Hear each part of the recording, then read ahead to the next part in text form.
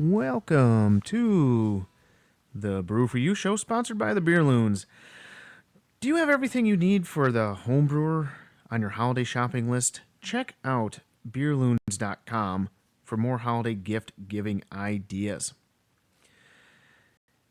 Hello, everyone. I am your host, Mike Campbell, and welcome to Brew4U.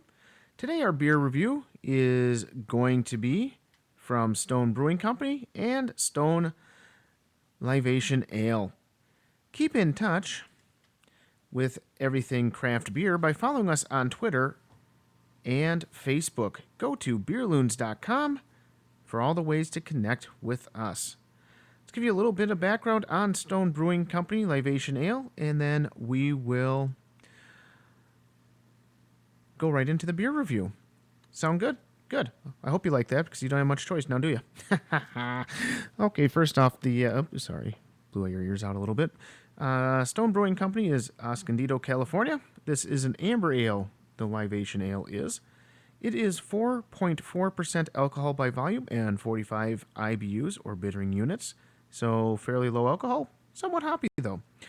The hops that Stone Brewing does use is Columbus, Simcoe, Crystal, and Amarillo. You should serve this beer between 45 and 50 degrees Fahrenheit in either a pint or a mug. So we're going to go ahead and review the beer because, of course, we're trying to do these all in 5 minutes or less for you craft beer lovers. First off, this beer pours into the glass with an amber color, which makes sense considering it's an amber or red ale. It has a tan head that is medium in thickness and bubble density, and kind of a medium fade on it as well. In the aroma, you pick up the malt first, almost kind of like a raisin and dark cherry aroma as well, kind of a sweetness and a fruitiness to the beer. Nothing that would be incorrect. It's just kind of what you might pick up from the malt itself, and a little bit of earthiness from some of the hops as well.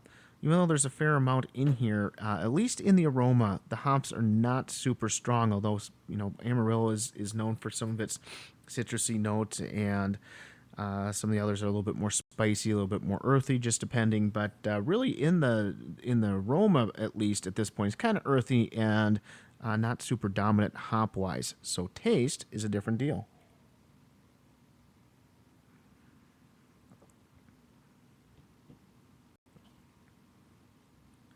So in the taste, there's a slight bite right off the top from the hops, and a bitterness as well. It's somewhat citric in flavor, and kind of, I don't want to call it lemony, but it's kind of along that line, or almost like the pith of the lemon or of a grapefruit. It kind of lingers throughout the flavor and into the aftertaste, where the aftertaste is fairly has a fair amount of bite. I do want to say, I think personally, this is almost along the lines of a pale ale, especially in the IBUs and the bitterness that you notice with the hops. But it doesn't have quite the same malt backbone as maybe a pale ale would, although I could see where somebody could consider this a pale ale. In the color is a little bit odd for a pale ale, but not. Of course, we're talking, this is an amber ale. So, but it does have that kind of roastiness in it as well, and those kind of, I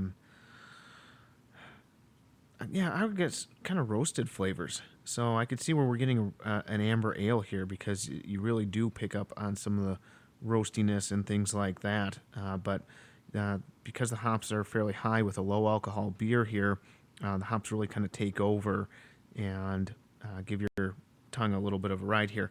Body on this really, to me, is medium light, and I would definitely say it's hoppy. The malt is there, but it's not very much. I would rate the hops on this probably about a 6 out of 10. They are fairly noticeable, so it's a fairly hoppy beer. And overall, I'm going to rate this beer a 77 out of 100, which is in the excellent category. It's a nice beer, easy drinking beer, and Most people enjoy it, but you do have to like pale ales or bitter beers for that to happen. So just be aware of that. So that's going to do it for today's show. And don't forget to check out our homebrew podcast show called Brewing Today. And until next time, cheers.